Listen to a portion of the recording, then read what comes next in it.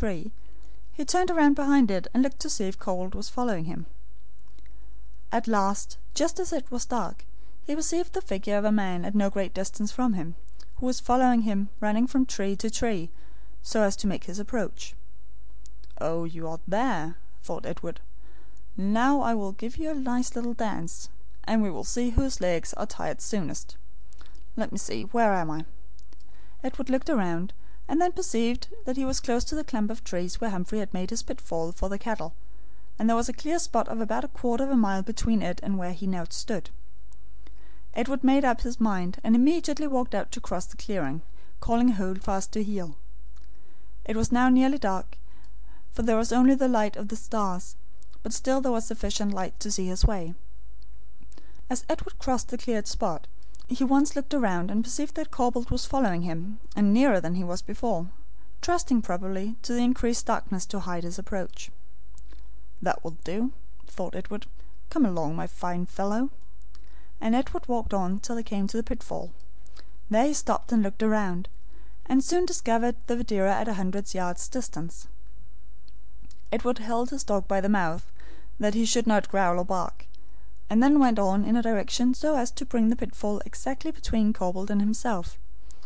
Having done so, he proceeded at a more rapid pace, and Cobalt, following him, also increased his, till he arrived at the pitfall, which he could not perceive, and fell into it headlong. And as he fell into the pit, at the same time Edward heard the discharge of his gun, the crash of the small branches laid over it, and a cry on the part of Cobalt. "That will do," thought Edward. "Now you may lie there as long as the gipsy did, and that will cool your courage. Humphrey's pitfall is full of adventure.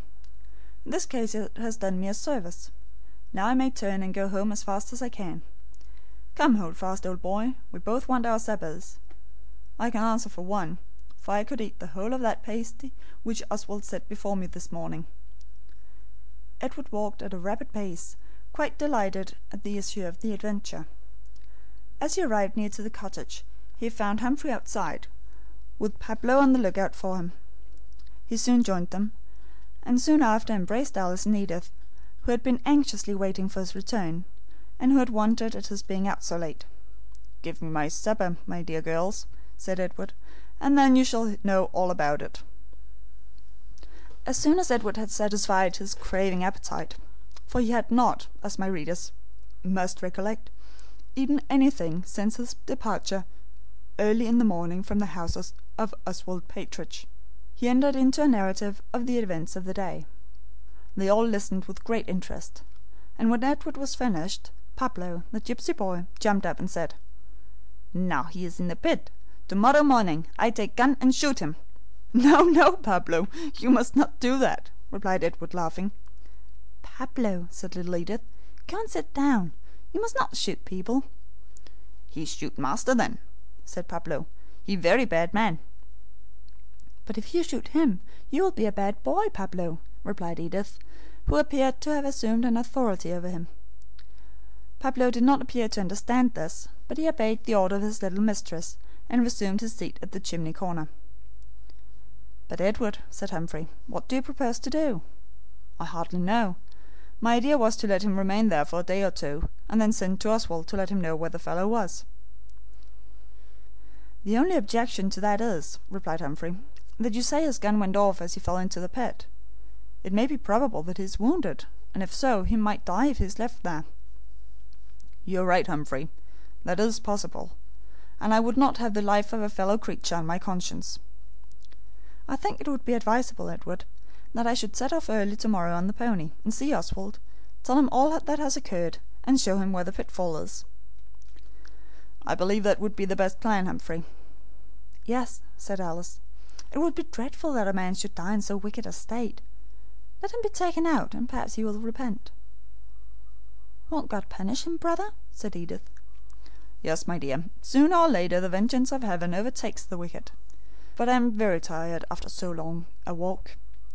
Prayers, and then to bed."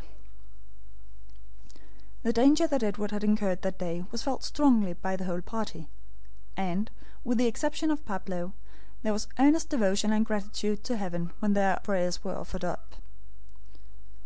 Humphrey was off before daybreak, and at 9 o'clock had arrived at the cottage of Oswald, by whom he was warmly greeted before the cause of his unexpected arrival was made known. Oswald was greatly annoyed at Humphrey's narration, and appeared to be very much of the opinion of Pablo, which was, to leave the scoundrel where he was. But, on the remonstrance of Humphrey, he set off with 2 of the other adherents, and before nightfall Humphrey arrived at the pitfall, where they heard Corbould groaning below. "Who's there?" said Oswald, looking into the pit. "It's me. It's Corbould," replied the man. "Are you hurt?" "Yes, badly. When I fell my gun went off, and the ball has gone through my thigh. I have almost bled to death." Humphrey went for the ladder which was at hand, and, with much exertion on the part of the whole 4 of them, then contrived to drag out Corbould, who groaned heavily with pain. A handkerchief was tied tightly around his leg to prevent any further bleeding, and they gave him some water which revived him. "Now, what's to be done?" said Oswald. "We can never get him home." "I will tell you," said Humphrey, walking with him aside. "It will not do for any of these men to know our cottage, and we cannot take them there. Desire them to remain with the man while you go for a cart to carry him home. We'll go to the cottage, give Billy his supper, and then return with him in the cart, and bring your men something to eat. Then I will go with you, and bring the cart back again before daylight. It will be a night's work, but it will be the safest plan." "I think so too," replied Oswald, who desired the men to wait until his return, as he was going to borrow a cart, and then set off with Humphrey.